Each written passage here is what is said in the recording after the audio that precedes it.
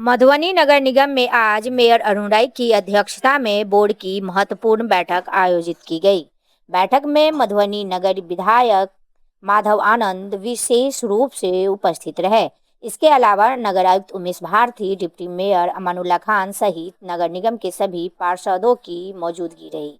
बैठक के दौरान शहर के समग्र विकास से जुड़े कई अहम बिंदुओं पर विस्तार से चर्चा की गई और प्रस्तावों पर सर्वसम्मति से मुहर लगाई गई।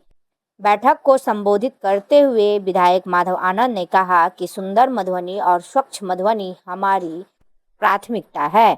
शहर की वर्षों पुरानी समस्याओं को दूर करने के लिए ठोस योजना के साथ काम किया जाएगा।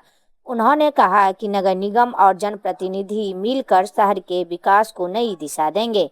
उन्होंने कहा कि मधुबनी शहर को सुंदर और स्वच्छ बनाने, जल जमाव की समस्या से निजात दिलाने, शुद्ध पेयजल की बेहतर व्यवस्था, जाम की समस्या के समाधान समेत बुनियादी सुविधाओं को मजबूत करने पर विशेष जोर दिया जाएगा। विधायक माधवानंद ने जनता से अपील करते हुए कहा कि वे 5 साल की नहीं बल्कि 2 साल की मोहलत दें, ताकि मधुबनी शहर को विकास के पथ पर तेजी से आगे बढ़ाया जा सके। उन्होंने विश्वास दिलाया कि निर्धारित समय में विकास कार्यों का असर जमीन पर दिखेगा। विधायक बनने के बाद आज पहली बार जो है नगर के निगम की तरफ से मुझे इनविटेशन आया था और मेरे लिए यह ज़रूरी लगा कि मुझे इस मीटिंग में होना चाहिए और उसी कार्यक्रम के तहत आज मैं मीटिंग अटेंड किया। मेयर साहब की तरफ से इनविटेशन आया था, नगर आयुक्त की तरफ से इनविटेशन आया था। आज की बैठक बहुत अच्छी रही, जो हम सब लोगों का और खासकर माननीय मुख्यमंत्री जी का, प्रधानमंत्री जी का जो सपना है कि अपना मधुबनी जिला, खासकर मधुबनी शहर कैसे सुंदर हो, सुसज्जित हो, स्वच्छ हो, कचरा मुक्त हो, उन तमाम बिंदुओं पर हम लोगों ने विस्तृत रूप से जैसे चर्चा की। बहुत सारे निर्णय भी हम लोगों ने लेने का काम किया और बहुत सारे निर्णय का जो है सब लोगों ने समर्थन भी देने का काम किया। प्रमुख निर्णय में से जो समरसिबल का, जैसे पानी का जो संकट है, जल जमाव का जो संकट है, उसको कैसे दूर किया जाए, कैसे जो है स्ट्रीट लाइट की व्यवस्था जो है हर जगह हो, कोई भी इलाका शहर का जो है अंधेरा में न रहे, उन तमाम सारी चीज़ों पे हम लोगों ने निर्णय लेने का काम किया।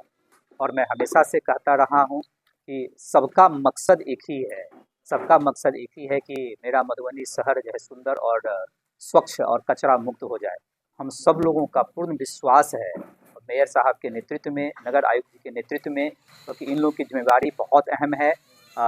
और मेरे आने से निश्चित रूप से हम सब लोग इकट्ठा होके, एकत्रित होके जो शहर की समस्या है उस शहर की समस्याओं का निदान हम लोग करेंगे। और ज़्यादा वक्त नहीं लूँगा, 5 साल का वक्त आप लोगों से नहीं मांग रहा हूँ।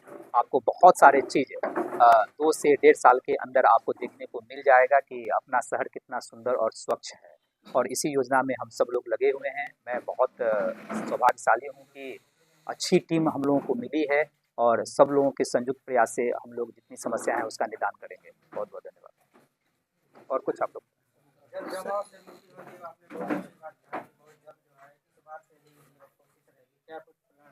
हाँ, मैंने कहा अपने संबोधन में कि कोई भी जो समस्या है उस समस्या का सबसे पहले हम लोग को परमानेंट निदान कैसे हो उस पर सोचने की आवश्यकता है। जल जमाव एक बहुत बड़ी समस्या है मधुबनी शहर में। मानसून आने में अभी लगभग 7 से 8 महीने का वक्त हम लोगों को मिलेगा। हम लोग यही चाहते हैं कि इस बार के मानसून के टाइम में शहर में जल जमाव ना हो कम से कम। उसके लिए क्या हम लोग को करने की आवश्यकता है, किस तरह के निर्णय लेने की आवश्यकता है, इस मीटिंग के बाद भी मैंने कहा था कि हम लोग बैठेंगे, कभी लगातार 2-4 दिन हम हैं क्षेत्र में, हम बैठेंगे और उस चीज़ को सुनिश्चित करना चाह रहे हैं कि इस मानसून के टाइम में पूरे मधुबनी शहर में कहीं भी जल जमाव न हो। और उसके लिए जो उचित कदम उठाना पड़ेगा, जितनी रिसोर्स की आवश्यकता पड़ेगी, हम और मेयर साहब और तमाम जो अन्य जो है जीते हुए हैं यहाँ से, चाहे सांसद भी क्यों ना हो, हम समन्वय स्थापित करके उस कार्य को पूरा करने की कोशिश करेंगे। मैंने अपने संबोधन में बोला कि जब लक्ष्य बड़ा हो तो लोगों को थोड़ी कठिनाई हो सकती है।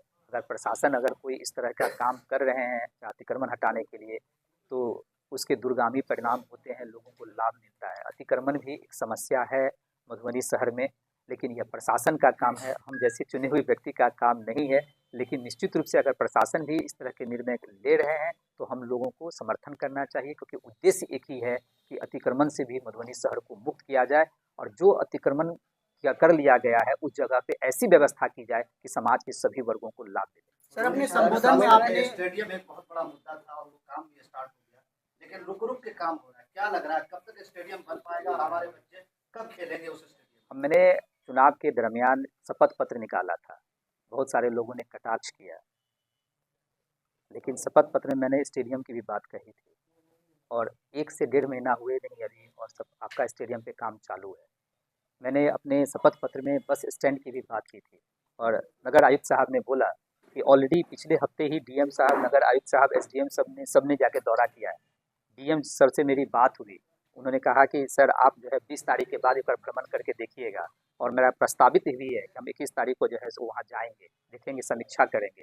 तो लगातार जितने भी वादे हम लोगों ने किया, सिर्फ वोट लेने के लिए वादा नहीं किया था, बड़ी ईमानदारी और गंभीरता के साथ वादा किया था और उतनी ही गंभीरता और ईमानदारी से अभी भी कह रहा हूँ कि एक-एक वादे को पूरा करेंगे। इसके लिए चाहे जितनी भी मेहनत मुझे करनी पड़े, लेकिन आप लोगों से भी समर्थन चाहिए कि अगर कोई भी निर्णय अगर कठिन हो तो आप लोग भी उस कठिन निर्णय में हम लोग के साथ खड़े रहें। सर, अपने संबोधन में आपने इको टूरिज्म की चर्चा की और क्योंकि मधुबनी का प्रवेश है, वहाँ पर गंगा सागर एक बड़ा पोखर है, अगर उसको इको टूरिज्म के लिए क्या मतलब इको टूरिज्म की मैंने बात जरूर कही है। मैंने स्टेडियम की बात भी की थी, खासकर बस स्टैंड का जो अभी इलाका हम लोग शिफ्ट करने जा रहे हैं, वहाँ भी मैंने नगर आयुक्त जी से हमने डिस्कस किया था कि उस जगह को क्यों ना हम लोग इको पार्क के रूप में डेवलप करें, क्योंकि बीच का सेंटर है। अगर हम उसको सुंदर सा इको पार्क बना देते हैं तो जितने मेरे यंगस्टर हैं, जितने मेरे सीनियर सिटीजन हैं, सुबह शाम जाएंगे, टहलेंगे, बैठेंगे, इंजॉय करेंगे, वहाँ खाने पीने की भी अच्छी व्यवस्था हो। तो हम लोगों ने इस पर विचार कर रहे हैं। अब उसके लिए जो भी प्रक्रिया करनी होगी, क्योंकि प्रक्रिया तो लंबी होती है सरकारी, लेकिन क्योंकि मुझे अपने आप पे भरोसा है तो सारे प्रक्रिया को एक्सपेडाइट करवा के हम लोग वह निर्णय लेने का काम करेंगे। उसके अलावा जितने भी तालाब हैं, जो आपने कहा है सौंदर्यीकरण, बिहार सरकार की भी बहुत सारी योजना है। जल जीवन हरियाली योजना है, जहाँ तालाबों के जीर्णोद्धार के लिए बात कही गई है, सौंदर्यीकरण की बात कही गई है। तो खासकर जितने सरकारी जो तालाबें हैं, उसके लिए तो मेरे मन में खाका है कि हमको किस रूप में करना है। अभी budget, full fledge budget Bihar सरकार का आया नहीं है। मार्च के महीने में बजट जब आ जाएगा तो बहुत सारी चीज़ जो मेरे माइंड में है और मेयर साहब के दिमाग में है, नगर आयुक्त साहब के दिमाग में है, डीएम सर के दिमाग में है, हम लोग संयुक्त रूप से बैठक करके एक-एक जैसो प्रपोजल पे, जैसो योजनाबद्ध तरीके से हम लोग काम करने का शुरुआत करेंगे।